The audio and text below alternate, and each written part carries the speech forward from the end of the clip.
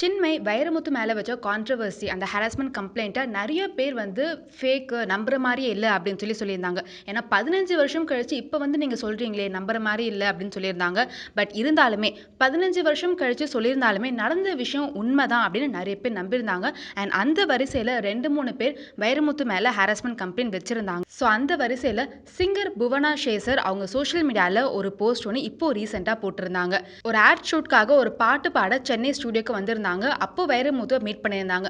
Meet பண்ணும்போது வைரமுத்து உங்கள் voice ரொம்ப சூப்பராக இருக்குது, நீங்கள் பாடி முடிச்சுட்டு என்னை வந்து மீட் பண்ணுங்கன்னு நம்பர்ஸ் எக்ஸ்சேஞ்ச் பண்ணியிருக்காங்க.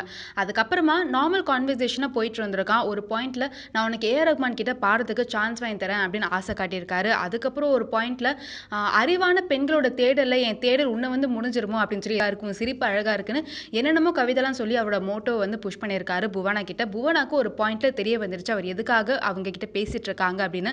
அதே மாதிரி போயிட்டு இருக்க மலேசியாவில் ஒரு அவார்ட் ஃபங்க்ஷன் நடக்குது, அதுக்கு வர முடியுமா அப்படின்னு சொல்லி புவனாவை கேட்டிருக்காரு. அதுக்கு புவனா பாடுறதுக்கு வரணுமா இல்லை ஹோஸ்ட் பண்ணுறதுக்கு வரணுமா அப்படின்னு கேட்டதுக்கு ரெண்டுமே இல்லை அப்படின்னு சொல்லி அவரோட மோட்டோவை புஷ் பண்ணியிருக்காரு.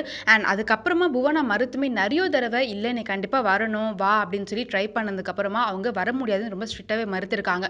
ஸோ ஒரு பாயிண்ட்டில் வைரமுத்து என்னை மீறி இந்த ஃபீல்டில் நீ இருக்கவே முடியாது, என்னோட இன்ஃப்ளூயன்ஸ் என்னன்னு உனக்கு தெரியாது, கண்டிப்பாக இந்த ஃபீல்டில் நீ இல்லாமல் நான் அழிச்சிருவேன், கொஞ்சம் அட்ஜஸ்ட் பண்ணிட்டு போனால் உன் லைஃப் சூப்பராக செட்டில் ஆகிடும் அப்படின்லாம் சொல்லியிருக்காரு. அதுக்கு புவனா டோட்டலாக அவாய்ட் பண்ணிட்டு அவங்க சிங்கிங் ஃபீல்டே விட்டுட்டு வேற ஏதோ ஒரு ஜாப் பார்க்க போயிட்டேன், இப்போ நான் இதை 22 வருஷத்துக்கு அப்புறமா ஷேர் பண்ணுறேன் அப்படின்னு சொல்லியிருந்தாங்க. 15 வருஷத்துக்கு முன்னாடி நடந்த ஒரு விஷயம் அப்படின்னு சொல்லி சின்மை சொன்னதே நிறைய பேர் நம்பலை. இப்போ அவங்க 22 வருஷத்துக்கு முன்னாடி நடந்த ஒரு விஷயத்த முன்கொண்டு வந்து சொல்லியிருக்காங்க. வருஷம் எத்தனை வருஷம் ஆனாலுமே நடந்த விஷயம் உண்மை அப்படிங்கிறத நம்ம யாராலையும் மறுக்க முடியாது.